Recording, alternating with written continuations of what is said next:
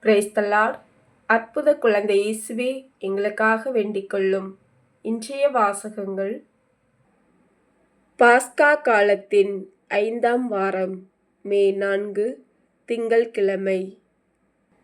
முதல் வாசகம் திருத்துதர் பணிகள் நூலிலிருந்து வாசகம். அதிகாரம் 14, இறை வார்த்தைகள் 5 முதல் 18 முடிய. அந்நாட்களில் பிற இனத்தாரும் யூதரும் தம் தலைவர்களுடன் சேர்ந்து திருத்தூதரை இழிவுபடுத்தி கல்லால் எறிய திட்டமிட்டனர். இதை அவர்கள் அறிந்து லிக்குவோனியாவில் உள்ள நகரங்களான லிஸ்திராவுக்கும் தெருபைக்கும் அவற்றின் சுற்றுப்புறங்களுக்கும் தப்பிச் சென்றார்கள். அங்கெல்லாம் அவர்கள் நற்செய்தியை அறிவித்தார்கள். லிஸ்திராவில் கால் வழங்காத ஒருவர் இருந்தார். பிறவியிலேயே கால் ஊனமுற்றிருந்த அவர் ஒருபோதும் நடந்ததில்லை. அவர் அமர்ந்து பவுல் பேசியதை கேட்டுக்கொண்டிருந்தார். அவரிடம் நலம் பெறுவதற்கான நம்பிக்கை இருப்பதைக் கண்டு பவுல் அவரை உற்று பார்த்து உரத்த குரலில், "நீர் எழுந்து காலூன்றி நேராக நில்லும்" என்றார். அவர் துள்ளி எழுந்து நடக்கத் தொடங்கினார். பவுல் செய்ததை கூட்டத்தினர் கண்டு, லிக்கவோனிய மொழியில், "தெய்வங்கள் மனித உருவில் நம்மிடம் இறங்கி வந்திருக்கின்றன" என்று குரல் எழுப்பி கூறினர். அவர்கள் பர்னபாவை சேயிசு என்றும், அங்கு பவுலே பேசியபடியால் அவரை எர்மசு என்றும் அழைத்தார்கள். நகருக்கு எதிரிலுள்ள சேயிசு கோவில் அர்ச்சகர் காளைகளையும் பூ மாலைகளையும் கோவில் வாயிலுக்கு கொண்டு வந்து கூட்டத்தினருடன் சேர்ந்து பலியிட விரும்பினார். இதை கேள்வியுற்ற திருத்தூதர் பர்னபாவும் பவுலும் தங்கள் மேலுடைகளை கிழித்து கொண்டு கூட்டத்துக்குள் பாய்ந்து சென்று உரக்க கூறியது, "மனிதர்களே, ஏன் இவ்வாறு செய்கிறீர்கள்? நாங்களும் உங்களைப் போன்ற மனிதர்கள்தாம். நீங்கள் இந்த பயனற்ற பொருள்களை விட்டுவிட்டு விண்ணையும் மண்ணையும் கடலையும் அவற்றிலுள்ள அனைத்தையும் உண்டாக்கிய வாழும் கடவுளிடம் திரும்புங்கள் என்ற நற்செய்தியை உங்களுக்கு அறிவிக்கிறோம். கடந்த காலங்களில் அவர் அனைத்து மக்கள் இனங்களையும் அவரவர் வழிகளில் நடக்கும்படி விட்டிருந்தார். என்றாலும் அவர் தம்மை பற்றிய சான்று எதுவும் இல்லாதவாறு விட்டுவிடவில்லை. ஏனெனில் அவர் நன்மைகள் பல செய்கிறார். வானிலிருந்து உங்களுக்கு மழையை கொடுக்கிறார். வளமிக்க பருவ காலங்களை தருகிறார். நிறைவாக உணவளித்து உங்கள் உள்ளங்களை மகிழ்ச்சி பொங்கச் செய்கிறார்.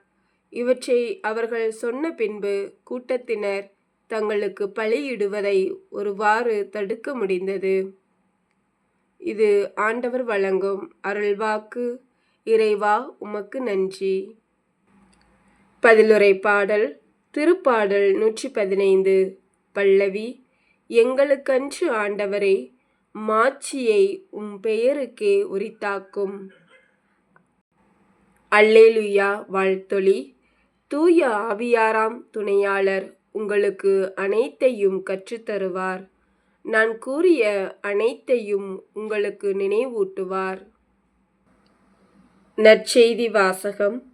புனித யோவான் எழுதிய நற்செய்தியிலிருந்து வாசகம்.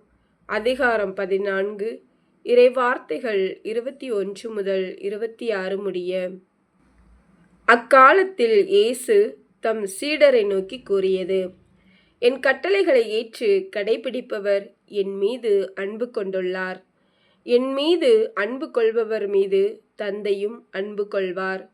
நானும் அவர் மீது அன்பு கொண்டு அவருக்கு என்னை வெளிப்படுத்துவேன்."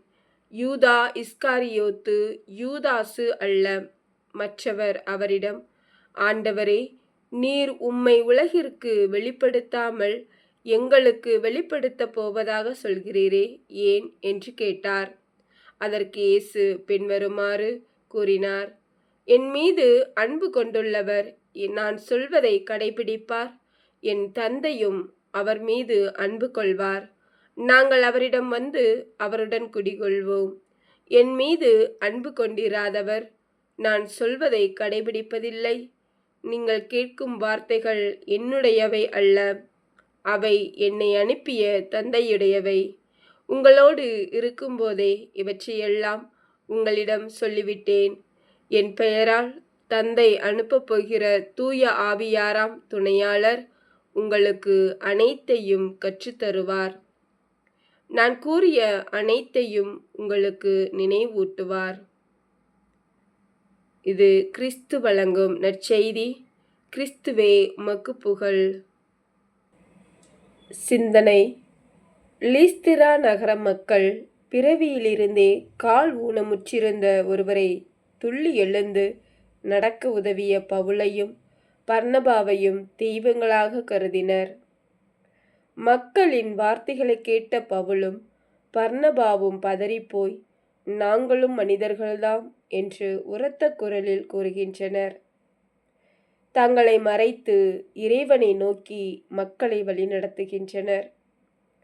இன்றும் பல மனிதர்களை பார்த்து மக்கள் கடவுளாக வழிபடுகின்றனர்.